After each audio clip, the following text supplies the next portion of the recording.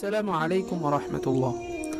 আজ আমরা ইসলামের ইতিহাসের এক উজ্জ্বল নক্ষত্র, যিনি তার ন্যায়পরায়ণতা ও বীরত্বের জন্য অমর হয়ে আছেন, সেই সুলতান সালাউদ্দিন আইয়ুবী সম্পর্কে আমরা জানব। তিনি ক্রুসেডারদের কবল থেকে মুসলিমদের পবিত্র ভূমি জেরুজালেম কীভাবে পুনরুদ্ধার করেছিলেন, সেই গৌরবোজ্জ্বল অধ্যায়টি আজ আমাদের আলোচনার বিষয়। জেরুজালেম, যা আল কুদস নামে পরিচিত, মুসলিমদের কাছে তৃতীয় পবিত্রতম শহর। এটি বহু নবী রাসূলের স্মৃতি বিজড়িত স্থান এবং এখানে রয়েছে পবিত্র মসজিদুল আকসা। এই শহর প্রায় 500 বছর মুসলিমদের অধীনে থাকার পর 1099 খ্রিস্টাব্দে ক্রুসেডাররা তা দখল করে নেয় এবং ব্যাপক হত্যাযজ্ঞ চালায়। প্রায় 90 বছর ধরে এই পবিত্র ভূমি তাদের দখলেই ছিল।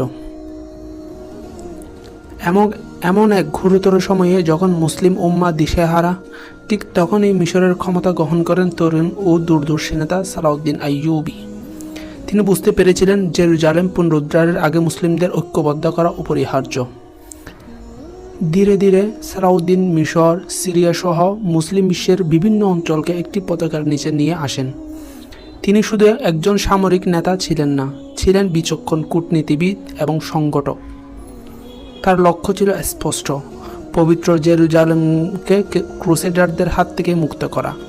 তিনি তার সৈন্যদের জন্য কঠোর প্রশিক্ষণ ও শৃঙ্খলা নিশ্চিত করেন এবং এক শক্তিশালী সেনাবাহিনী গড়ে তোলেন। সালাউদ্দিনের চূড়ান্ত অভিযান শুরু হয় 1187 সালে। তিনি সরাসরি জেরুজালেম আক্রমণ না করে ক্রুসেডারদের কৌশলগত গুরুত্বপূর্ণ অঞ্চল তাবরিয়া অবরোধ করেন। ক্রুসেডাররা যখন তাবরিয়া বাঁচাতে জেরুজালেম থেকে বিশাল বাহিনী নিয়ে এগিয়ে আসে, তখন সালাউদ্দিন তাদের জন্য হিত্তিনের ময়দানে এক ফাঁদ পাতেন। 1187 সালের 4 জুলাই ইসলামের ইতিহাসে এক ঐতিহাসিক যুদ্ধ সংঘটিত হয়, যা হিত্তিনের যুদ্ধ নামে পরিচিত। সালাউদ্দিন তার অতুলনীয় সামরিক মেধা দেখিয়েছিলেন।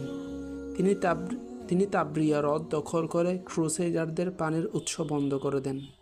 প্রচণ্ড গরম এবং পানির অভাবে ক্রুসেডাররা দিশাহারা হয়ে পড়ে। মাত্র 12,000 মুসলিম সৈন্য প্রায় 63,000 ক্রুসেডার বাহিনীকে শোচনীয়ভাবে পরাজিত করে। ক্রুসেডারদের রাজা গাই লুজিনান সহ উচ্চপদস্থ নেতারা বন্দী হন।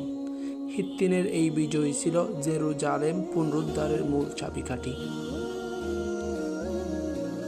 হিত্তিনের বিজয়ের পর সালাউদ্দিন জেরুজালেমের দিকে অগ্রসর হন এবং 1187 সালের সেপ্টেম্বর মাসে পবিত্র শহর অবরোধ করেন। ক্রুসেডাররা তখন মানসিকভাবে ভেঙে পড়েছিল।